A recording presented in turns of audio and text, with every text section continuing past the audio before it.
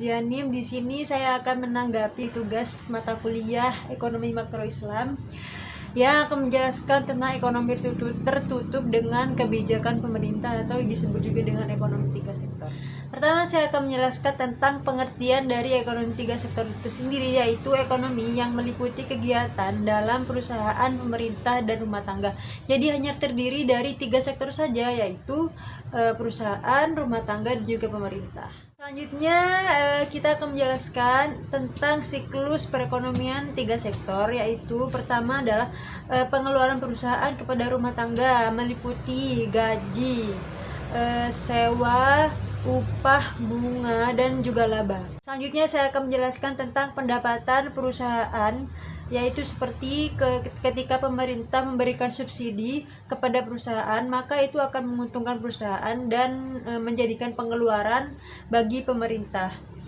Dan juga seperti rumah tangga meminjam uang pada perusahaan, maka itu akan menjadi sebuah keuntungan bagi perusahaan dan menjadi pengeluaran bagi rumah tangga. Selanjutnya adalah pengeluaran pemerintah pada rumah tangga. Contoh, pemerintah memperkerjakan rumah tangga seperti menjadikan orang-orang di dalam rumah tangga tersebut PNS, maka itu akan menjadikan sebuah pendapatan atau hasil bagi rumah tangga itu sendiri dan menjadikan pengeluaran bagi pemerintah.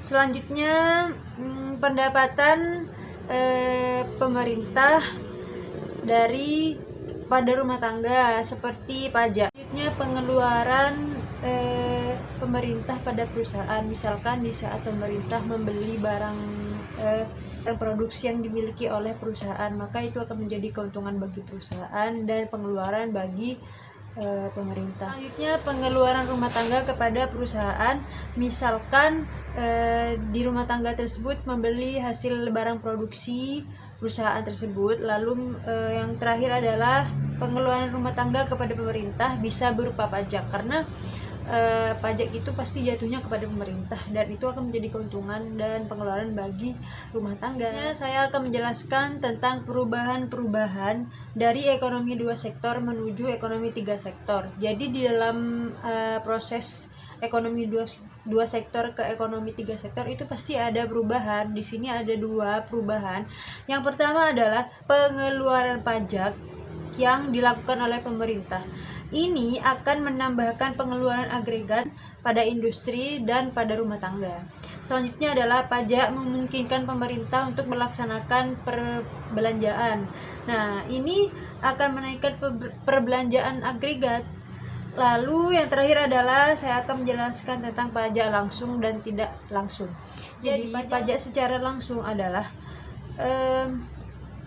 jenis pungutan pemerintah yang secara langsung dikumpulkan dari pihak yang wajib membayar pajak tersebut.